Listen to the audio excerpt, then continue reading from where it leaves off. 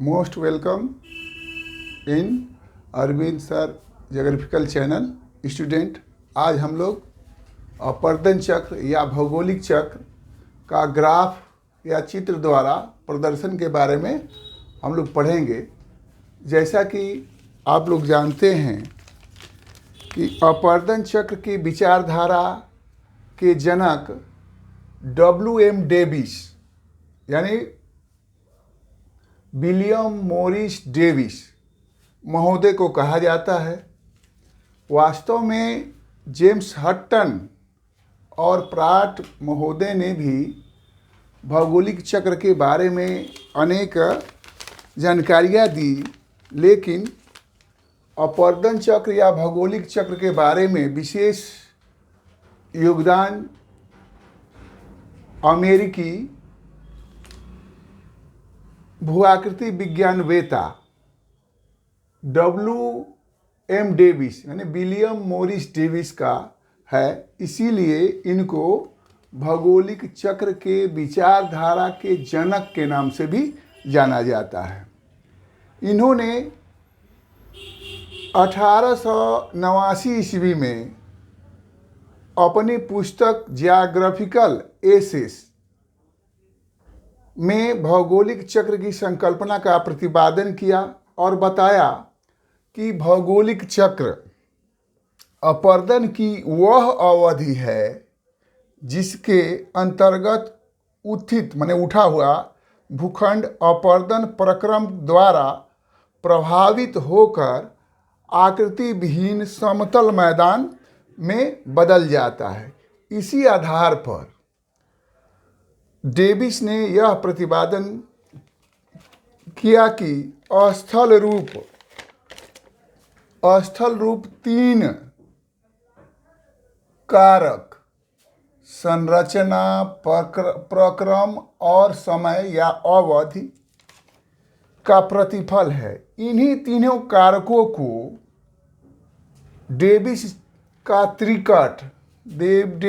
त्रिकट या trio of Davis के नाम से भी जाना जाता है। डेविस के सिद्धांत की प्रथम मान्यता के अनुसार जब तक कोई स्थल खंड उत्थान का कार्य समाप्त नहीं कर लेता तब तक अपवर्तन कार्य प्रारंभ नहीं होता। यहाँ से अपवर्तन कार्य यहाँ पर समाप्त हो जाता है। इसके बाद यानी यहाँ से उत्थान का कार्य कंप्लीट होने के बाद ही अपवर्तन की क्रिया शुरू होती है। और W.M. डेविस ने अपने अपवर्तन या भौगोलिक चक्र के मॉडल को निम्न सरल ग्राफ द्वारा समझाने या व्याख्या करने का प्रयास किया है। हम लोग इसी के बारे में पढ़ेंगे। इस अपवर्तन के मॉडल को ये UC, ये जो ऊपर वाला कर्व है, UC या ऊपरी वक्र धरातली भाग की सागर तल से ऊंचाई तथा LC या निचला वक्र सागर तल से निम्नतम ऊंचाई को प्रदर्शित करता है। AB ऊर्ध्वाधर ऊंचाई और AK क्षैतिज रेखा समय को प्रदर्शित करती है। CG सागर तल से अधिकतम निरपेक्ष ऊंचावच तथा FD रेखा अधिकतम सापेक्षिक ऊंचाई को प्रदर्शित करती है। GHJ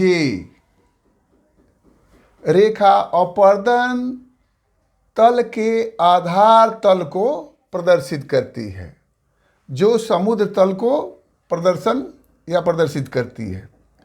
कोई भी नदी आधार तल माने ये आधार तल या सागर तल के नीचे अपनी घाटी नहीं बनाती, न गहरी सागर तल से नीचे गहरा कर ही नहीं सकती। इस प्रकार आधार या सागर तल नदियों द्वारा लंबवत अपवर्तन के अधिकतम सीमा को प्रदर्शित करती है। सी के बाद सी के बाद स्थल खंड का जो उत्थान जो है समाप्त हो जाता है। सी के पहले ही स्थल खंड का उत्थान होता है। इसके बाद अपर्दन शुरू होता है तथा संपूर्ण चक्र जो है 3 अवस्थाओं में, युवावस्था, प्रौढ़ावस्था और वृद्धावस्था से होकर गुजरता है। अब इसी के बारे में, तीनों अवस्था के बारे में थोड़ा थोड़ा पढ़ना है। तो युवावस्था या यूथ स्टेज, इस अवस्था में, ये यूथ स्टेज है, इस अवस्था में भूपटल पर स्थित उच्च भागों में न्यूनतम विषमताएं दिखाई देती है। स्थल खंड पर ढाल के अनुरूप सरिताएं अवनालिकाओं के रूप में बहती हैं और निम्न कटाव द्वारा अपनी घाटी को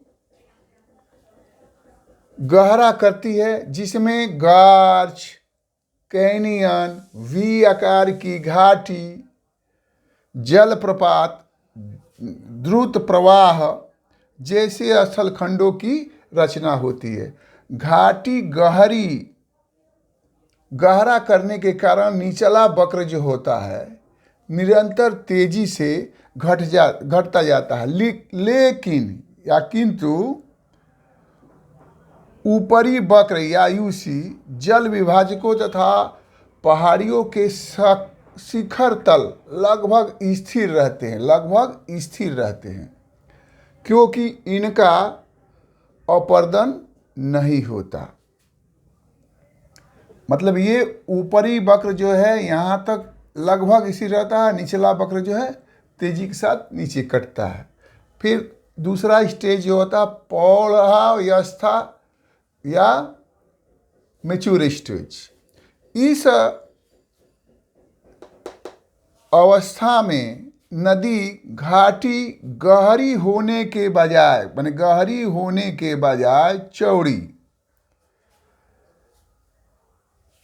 चौड़ी होने लगती है और पहाड़ियों तथा जल विभाजकों के शिखरों का भी अपर्दन शुरू हो जाता है। फलस्वरूप ऊपरी कर्व या ऊपरी वक्र यूसी जिसको बोलते हैं निरपेक्ष ऊंचा वक्ष कम होने लगता है और नदियाँ विसर्प जिसको मियंडर बोलते हैं इंग्लिश में, गोखुर झील या अक्सबो लेक, बाढ़ का मैदान, तटबंध जैसे स्थल रूपों की इसमें रचना करती है। इस प्रकार निरपेक्ष तथा सापेक्ष ऊंचा वक्ष दोनों घटने लगते हैं।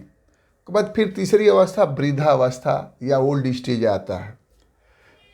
इस अवस्था में नदियों की गति एवं भूमि का ढाल में कमी के कारण जो तलीय अपर्दन है लगभग समाप्त हो जाता है और तेज अपर्दन द्वारा ऊंचा वक्ष में लगातार कमी आने लगती है और मलबे का निक्षेप बड़े पैमाने पर होने लगता है, जिससे मुहाने पर डेल्टा, दलदल आदि रचना होता है और संपूर्ण जो उत्थित भाग माने उठा हुआ भाग जो है कट कर समतल सपाट मैदान या जिसको इंग्लिश में पेनी प्लेन कहते हैं